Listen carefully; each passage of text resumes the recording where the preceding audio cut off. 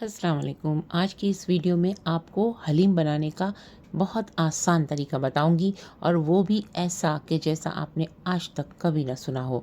ना इसमें दालें पलेंगी, ना ही इसमें दलिया पड़ेगा, और ना ही इसमें गेहूँ पड़ेगा, लेकिन फिर भी हलीम बनेगी बिल्कुल बाजार जैसी लजीज, और आप लोग उंगलियां चाटने पर मजबूर हो जाएंगे। लिहाजा इस वीडियो को कंप्लीट देखें ताकि आप कोई भी चीज़ मिस ना करें। ऐसा कौन सा तरीका है कि दालें, दलिया और गेहूं के बगैर हलीम आपको बिल्कुल मज़ेदार मिलने वाली है। एक पतीले में आपने 4 बड़े चम्मच ऑयल डाला, और इसमें 4 छोटी प्याज काट कर आपने रेड कर ली।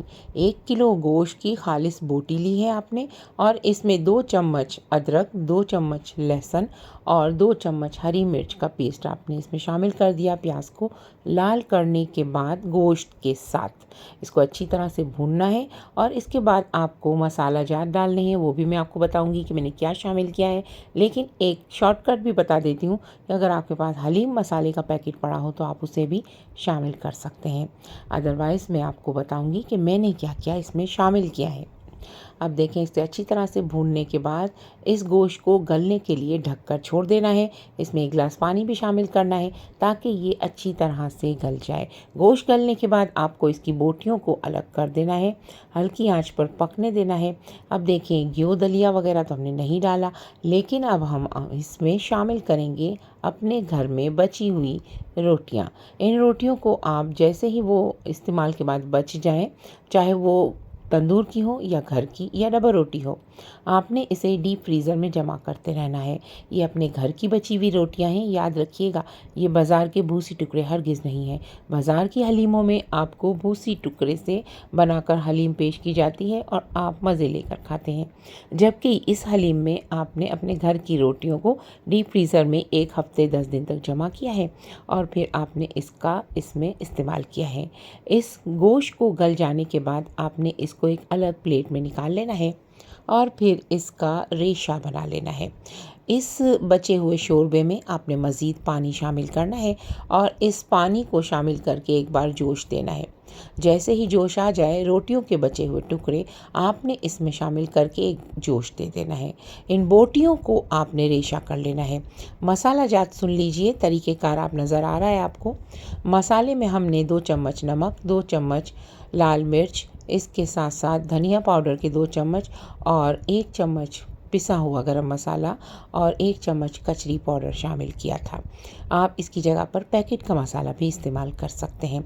तमाम रोटियों के चूरे को या छोटे टुकड़ों में मुश्तमिल जो रोटियां हैं, आपने इसको इस पानी जो आपने डाल कर के शोरबा तैयार किया था उसमें डाल लेना है। जब एक जोश आ जाए, यानी कि ये एक बार गर्म हो जाए, तो आपने इसको अपने घर में मौजूद किसी भी ग्राइंडर मशीन में डालकर इसको ग्राइंड कर लेना है। अब आपके पास किसी भी किस्म का ग्राइंडर मौजूद हो, इससे कोई फ़र्क नहीं पड़ता। हमें इसका पेस्ट बनाना है, जैसे कि आप लहसुन अदरक का पेस्ट बनाते हैं। देखिए, इसमें आपको शोरबा भी नज़र आ रहा है, ताकि ये अच्छी तरह से पिस जाए। ग्राइंड करने के बाद आपने इसको फिर से इस पतीले में डाल देना है। जब आप ग्राइंड करके इसको इस पतीले में डालेंगे तो ये काफ़ी जो है वो लाइट होगा, यानी कि आपको इसे गाढ़ा करना होगा। ये इतना लाइट होगा जो आपको इस वक्त नज़र आ रहा है, लेकिन एक बार ही जोश आने पर ये बहुत ज़्यादा गाढ़ा हो जाएगा। इतना गाढ़ा हो जाएगा कि आपको शायद इसमें मज़ीद थोड़ा पानी शामिल करना पड़े। ये देखें, इस वक्त काफ़ी लाइट है, लेकिन मैंने चूल्हा स्टार्ट किया हुआ है, और जैसे ही इसमें जोश आएगा ये अच्छी तरह से गाढ़ा हो जाएगा। बोटियों का मैंने जो है वो रेशा कर लिया है।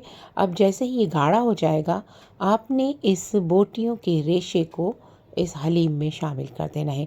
देखिए, ना तो इसमें दाल पड़ी है, ना दलिया, और ना ही इसमें गेहूं का इस्तेमाल किया गया है, बल्कि आपके घर में बची हुई रोटियां जो कि आपके किसी काम नहीं आती, तो आप इसमें इसको शामिल कर देंगे और ये बहुत मज़ेदार हलीम बन जाएगी। ये बोटियों का रेशा आपने शामिल करके इसको अच्छी तरह से मिक्स कर लेना है, सिर्फ चम्मच के साथ, क्योंकि ये हलीम जो है वो पिस तो चुकी थी। अब आपने क्या करना है कि इसे अच्छी तरह से मिला लेना है, और समझे ये हलीम आपकी तैयार हो गई है। मिर्च मसाला आप अपने मर्ज़ी के मुताबिक कम या ज़्यादा रख सकते हैं। नींबू और कटी हुई प्याज के साथ आप इसे पेश कीजिए।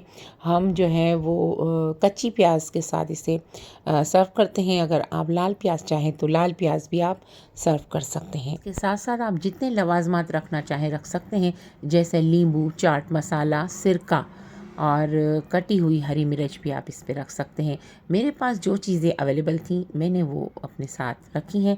और हमारे साथ जो है वो हम सब खाना खाने के लिए बहुत सादा सा जो है वो खाना पसंद करते हैं, इसलिए बहुत सारे लवाजमात हम अपने साथ नहीं रखते, लेकिन जो ज़रूरी चीज़ें होती हैं हम ज़रूर रखते हैं।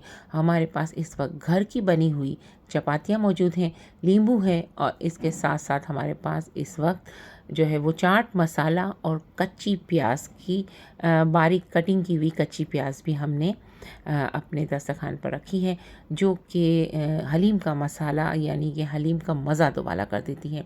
तो आपको ये वीडियो कैसी लगी कमेंट करके ज़रूर बताइएगा। और हमारे चैनल को अगर अभी तक आपने सब्सक्राइब नहीं किया तो कर लीजिए। बहुत सारी यूनिक चीज़ें हमारे चैनल पर आपको बताई जाती हैं। बहुत बहुत शुक्रिया वीडियो देखने का। मुझे दुआ में याद रखिएगा। अपना बहुत ख्याल रखिएगा। अल्लाह निगहबान।